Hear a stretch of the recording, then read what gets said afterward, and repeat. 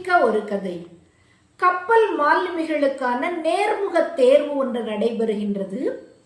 அந்த நேர்முக தேர்வில் ஒரு இளைஞன் பங்கேற்கின்றான். அந்த கப்பலினுடைய கேப்டன் அந்த இளைஞனிடம் நேர்முக தேர்விற்கான கேள்வியை கேட்கின்றார்.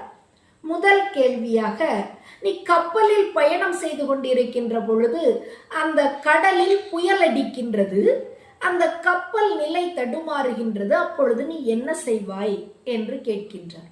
உடனே அந்த இளைஞன் மிகவும் வேகமாக பதிலளிக்கின்றான். உடனே சென்று நங்கூரத்தை எடுத்து வந்து செலுத்தி அந்த கப்பலை நான் நிறுத்துவேன் அப்படின்னு சொல்லிட்டு பதிலளிக்கின்றான்.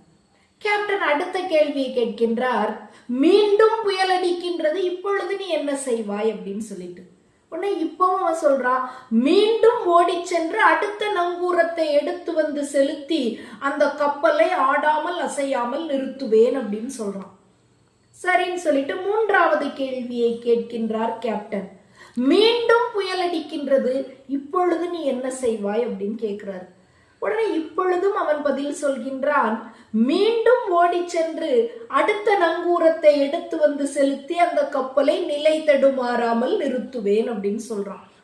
அவன் சொன்ன பதிலை கேட்டு கடுப்பாய் போயிட்டாரு கேப்டன்.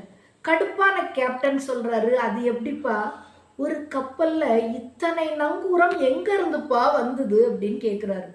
உடனே அந்த இளைஞன் கொஞ்சம் கூட அலட்டி கொள்ளாமல், கொஞ்சம் கூட கடுப்பாகாமல் பதில் தருகின்றான். ஐயா, இத்தனை புயல்களும் எங்கிருந்து வந்ததோ அங்கிருந்துதான் இத்தனை நங்கூரங்களும் வந்தன என்று. சில அறிவற்ற கேள்விகளுக்கு இப்படிப்பட்ட பதில்கள் தான் சரியாக இருக்கும். அவர் வழியிலேயே சென்று நாம் அவர்களுக்கு பதில் சொன்னால்தான் அது சரியான பதிலாக அமையும்.